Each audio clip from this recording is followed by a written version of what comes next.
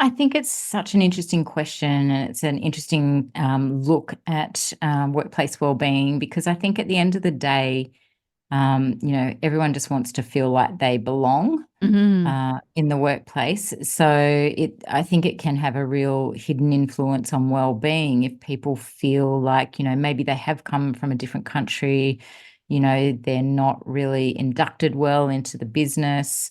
Their nutrition needs aren't considered because maybe they have different food preferences, things like that. And so, that sense of belonging can have a big impact, I think, on uh, well-being for a lot of people. And that goes, across the board, like for all different populations, women in the workforce, men in the workforce, all different nationalities and so on and so forth. This episode is proudly brought to you by Mapper Forward's workshop. It's time to become a coffee consultant. Learn how to diversify your revenue streams and create freedom from your day job while saying goodbye to that alarm clock forever by becoming a consultant within the coffee industry or directly to consumers who have shifted towards home brewing and home roasting. Protect your income from challenging times in the coffee value chain by taking this course today. Go to mapperforward.coffee/workshops or click the link in the show notes for details. Welcome to the Daily Coffee Pro by Mapper Forward, friends. I'm your host, Leah Safar, and this is episode 4 of a 5-part series, a very interesting discussion with dietitian Nicole Dynan. And Nicole, we are talking about workplace well-being. We are talking about gut health all around the coffee industry. And in this episode, we're going to talk about understanding the diversity and demographics of our people, and how we foster workplace well-being in that way. So, when we talk about diversity, we're talking about gender diversity, we're talking about the diversity of nationalities, diversity on a lot of different levels. What are your thoughts on how that comes to play in the workforce and how we can use that diversity to foster more well-being in the workplace?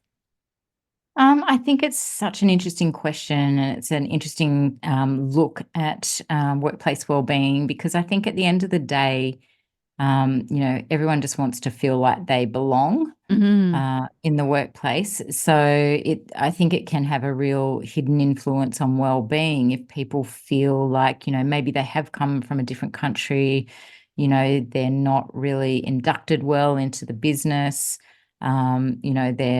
Their nutrition needs aren't considered because maybe they have different food preferences, things like that. And so, that sense of belonging can have a big impact, I think, on uh, well-being for a lot of people. And that goes, across the board, like for all different populations, women in the workforce, men in the workforce, all different nationalities and so on and so forth. Um, Everyone in the workforce, I think, we just need to give consideration to what people really need to feel like they belong in the first instance. Mhm. And when we're doing that, I have a deep belief that focusing on, how do you bring yourself back down to a place of less stress? How can you conspire to your own success so that you can be in your best form? What kind of role is nutrition and sleep in particular playing to help us perhaps feel like we can fit in better? I know it sounds like a stretch, but in my own practice, I found that when I am highly stressed, when I haven't slept, when I'm not eating well, I tend to react to my environment in a much more, I don't know, anxious ridden way. And when I find that I've taken care of that side of my own personal well-being, I'm able to fit into the workplace better. I'm able to fit into relationships with my clients better. Is there is that just something that I'm perhaps overanalyzing, or is there any truth to that? No, I actually do think that's really insightful, and there's, I think, a lot of truths in that because It's all interconnected. Like, the way we eat affects the way we feel, affects the way we sleep. So if we're not sleeping well, then that has an impact on our food choices the next day because our hunger hormones are heightened, our satiety or fullness hormones are dampened. And so we're reaching for higher energy foods the next day. So we're not going to be probably going for the salad, we're going for the sugary muffin or something like that to give us more energy, more coffee, that kind of thing. So it is a little bit of a cycle.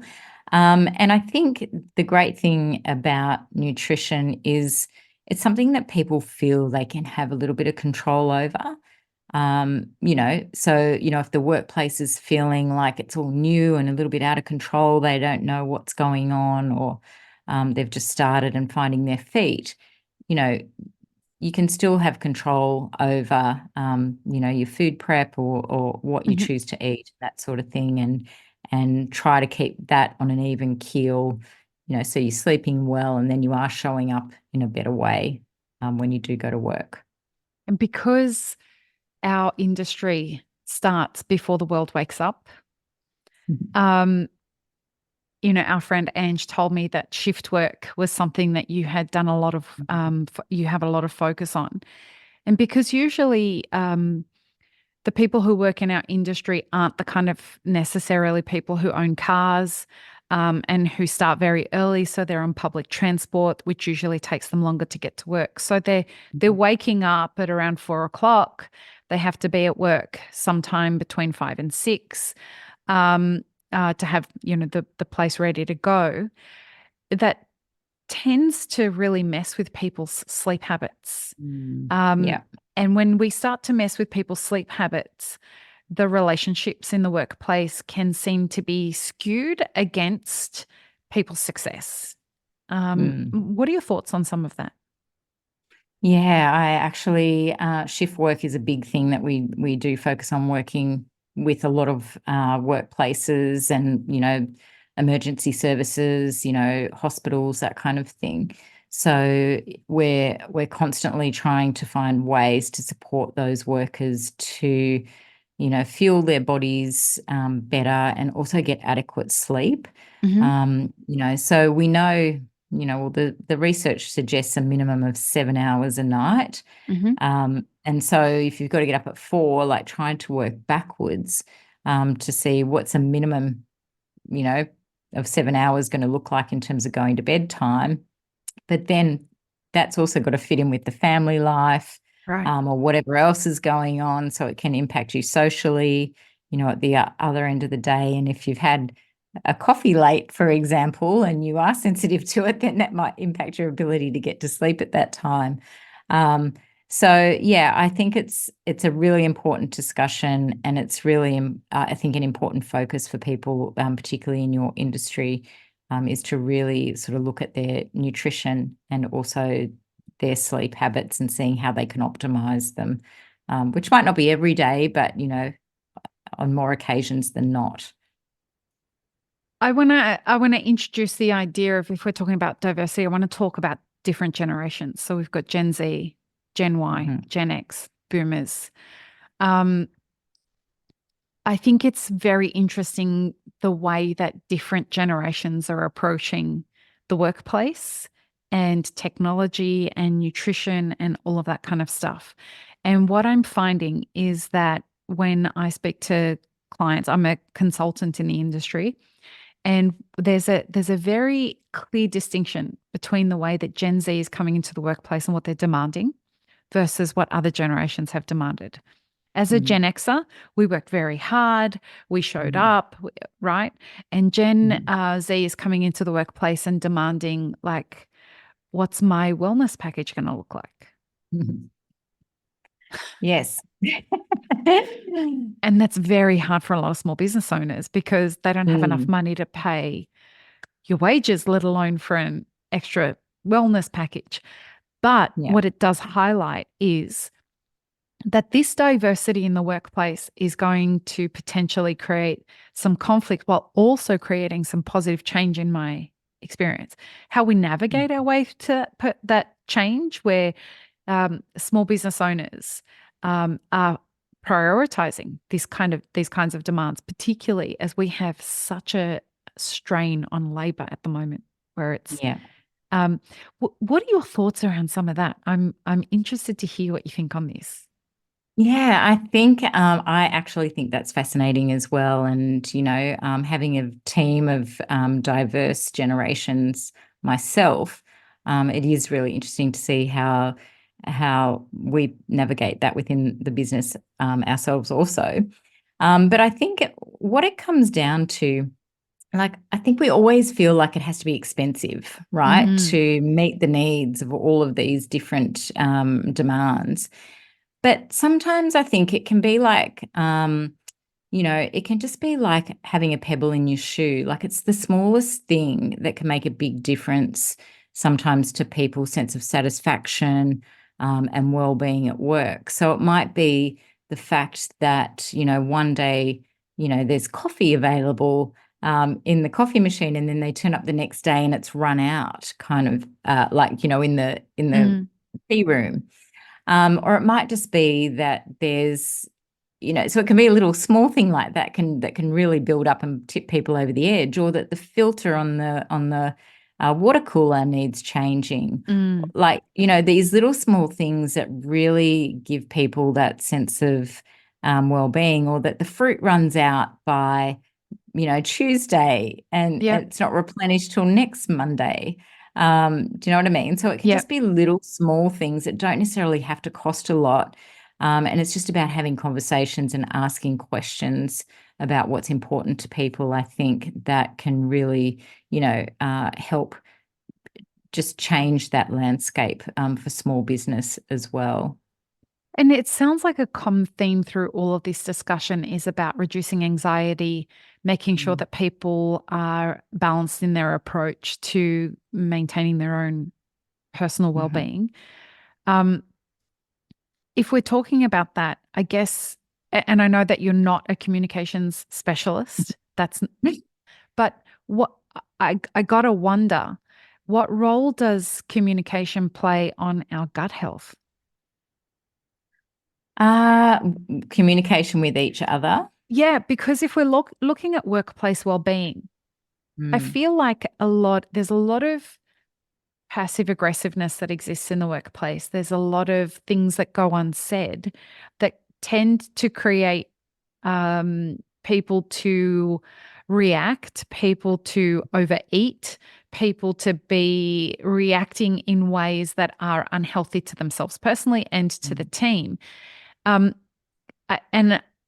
as I think about it, these are also ways that we can manage the well-being of a workplace when people are over-caffeinated, when people aren't communicating well, it's a stressful environment in the coffee industry.